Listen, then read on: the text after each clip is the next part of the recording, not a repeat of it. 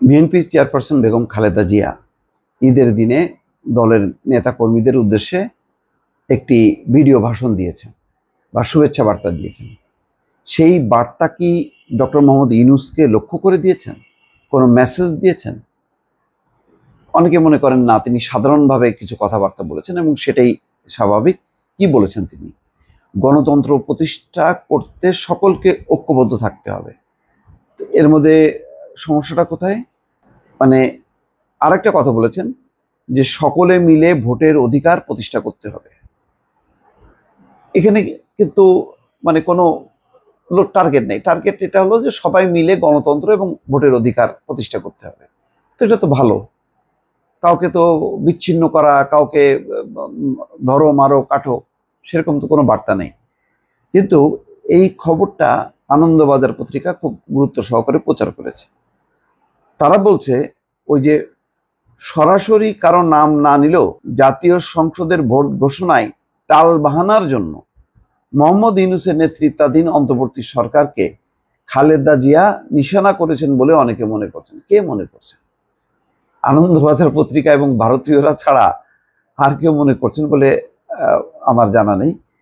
কেননা সেদিন খুব তিনি সামগ্রিকভাবে দেশের মানুষ, দেশের রাজনীতি এবং সবাই মিলেমিশে গণতন্ত্র প্রতিষ্ঠা করা, ভোটের অধিকার প্রতিষ্ঠা করা, সেই কথাটি বলেছেন। এখানে টাল বাহানা করছে ডক্টর মোহাম্মদ ইউনূস, সেটা তো অন্য ইস্যু। ডক্টর মোহাম্মদ ইউনূস তো একেবারে বলেননি যে না, ভোটই হবে না। তিনি একটা সম্ভাব্য ডেডলাইন দিয়েছেন সংস্কারের স্বার্থে। বিরোধীরা বলছেন যে না, এত সংস্কার সম্ভব না, মোটামুটি একটা সংস্কার দিয়ে একটা সংস্কারেরও একটা ডেডলাইন থাকা দরকার, নির্বাচনেরও একটা ডেডলাইন থাকা দরকার। খুব মৌলিক কোনো পার্থক্য নেই। সংস্কার একেবারেই না এরকম কোনো ঘোষণা বলেনি। তবে বলছেন যে যে সংস্কারই হোক না কেন সেগুলি বাস্তবায়ন করবে হচ্ছে পার্লামেন্ট, নির্বাচিত পার্লামেন্ট।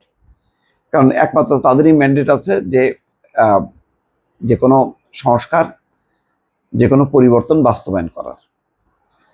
তো এটা এই মত পার্থক্যটাকে একেবারে খালেদা জিয়াকে নিয়ে আসছে আনন্দবাজার পত্রিকা এবং ইউনূসের মুখোমুখি দাঁড় করাচ্ছে। এতে দূরভিসন্ধি বোঝা যায় যে ভারতের চেষ্টা হচ্ছে একটা ঝামেলা বাঁধানো, গোলমাল পাকায় দেয়া।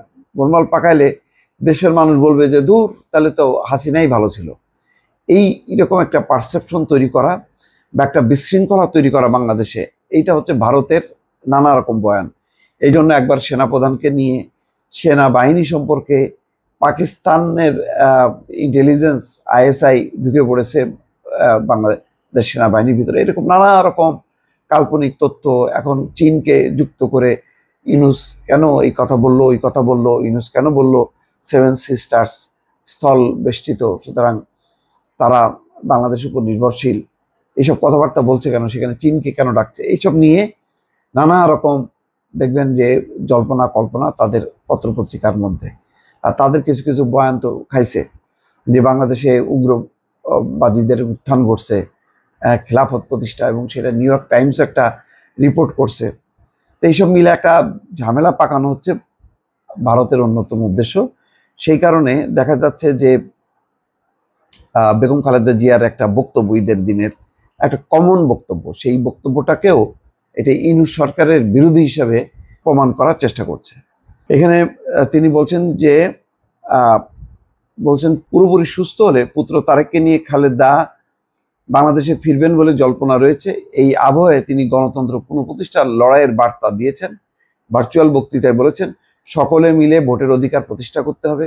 সরাসরি কারণ নাম না নিলেও জাতীয় সংসদের ভোট ঘোষণায় টালবাহানার জন্য ডক্টর মোহাম্মদ ইউনূসের নেতৃত্বাধীন সরকারকেই নিশানা করেছেন বলে অনেকে মনে করছেন।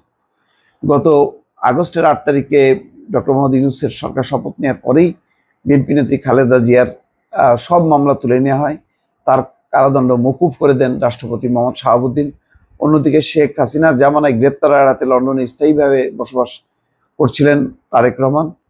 5ই আগস্ট জনবিক্ষোভের জেরে প্রধানমন্ত্রী পদে ইস্তফা দিয়ে হাসিনা দেশ ছাড়ার 3 দিন পর অন্তর্বর্তী সরকারের মুখ্য উপদেষ্টার দায়িত্ব নেন ইউনূস। তারপর থেকে ধারাবাহিকভাবে দ্রুত নির্বাচন চেয়ে তার উপরেই চাপ দিয়ে চলেছে বিএনপি। যদি বিএনপির ব্যাপারে ইউনূস সরকারের কোনো দ্বিমত থাকতো বা বিরাগ থাকতো, তাহলে শুধু খালেদা জিয়া কেন, তারেক রহমানের সমস্ত মামলাও তো প্রত্যাহার হয়েছে এই ইউনূস সরকারের সময়। ইউনূস সরকার কি প্রতিদ্বন্দ্বী মনে করছে? মনে করছে না। কিন্তু আনন্দবাজার বা ভারতীয় গোষ্ঠী তারা মনে করে যে হ্যাঁ প্রতিদ্বন্দ্বী, মানে তার মানে একটা ঝামেলা বাধায় দাও।